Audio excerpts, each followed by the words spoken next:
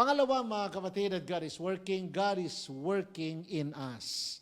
Everybody say, in us. God is working for us. Yun yung ginawa niya sa cross ng Kalbaryo. At hanggang ngayon, yun ang ginagawa niya sa life natin.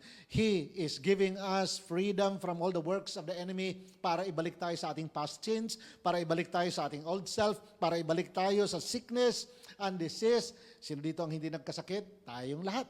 Minsan tinatablan pag medyo nagkulang sa pahinga at nasobrahan sa sa puyat, sa trabaho, sa higa sa sabi nila sa higa sa higa sa sa sand, kaya nagkasakit. Kung saan nasobrahan tayo ay nagkakasakit, but the Lord Jesus is for us. Sino dito ang pinagaling ni Lord? Nagkasakit ka, nagpray ka, pinagaling ka ni Lord because God is for us. He is for us. Kung hindi tayo biniyayaan ni Lord, baka ang iba ay wala na. Hindi na natin kasama ngayon. Isa na ako doon. Pero God is for us. He is working for us. Kaya lang, He is not just working for us, He is working in us. In us, sa loob ng puso natin. Tingnan natin ang sinasabi ng 2 Corinthians chapter 4, verse 16 to 17. Shall we read all together? Ready, go? Therefore, we do not lose heart. Though outwardly we are wasting away, yet inwardly we are being renewed day by day. For our light and momentary troubles are achieving for us an eternal glory that far outweighs them all. Mga kapatid, huwag daw tayong panghinaan ng loob. Kaya sabihan mo yung katabi, huwag kang panghinaan ng loob. Yun ang sabi ng Bible. If we will go back to verse 16, can we go back to verse 16? Therefore, we do not lose heart.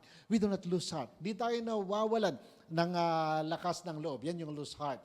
Though outwardly we are wasting away, kaya ang katabi nyo ba medyo tumatanda? Wasting away. Yun ang ibig sabihin ng wasting away.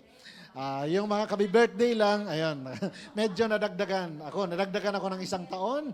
Yung mga nag-birthday, nadagdagan ng 1 year. Kaya, yun. Talagang plus 1 tayo. Kaya dahil nadagdagan, yun ang sabi ng Bible, outwardly we are wasting away. Dahil tumatanda every day.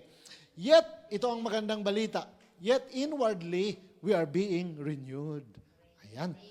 Kaya bagamat tayo pala'y tumatanda, bumabata at the same time.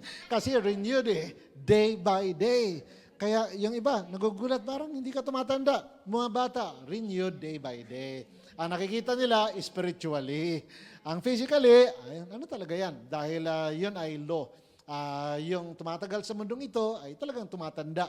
Pero inwardly, we are being renewed day by day. Yan ang work ni God in us. Kaya ang work ni God in us ay to renew us day by day. God is the great I am. Kaya day by day, He is the great I am.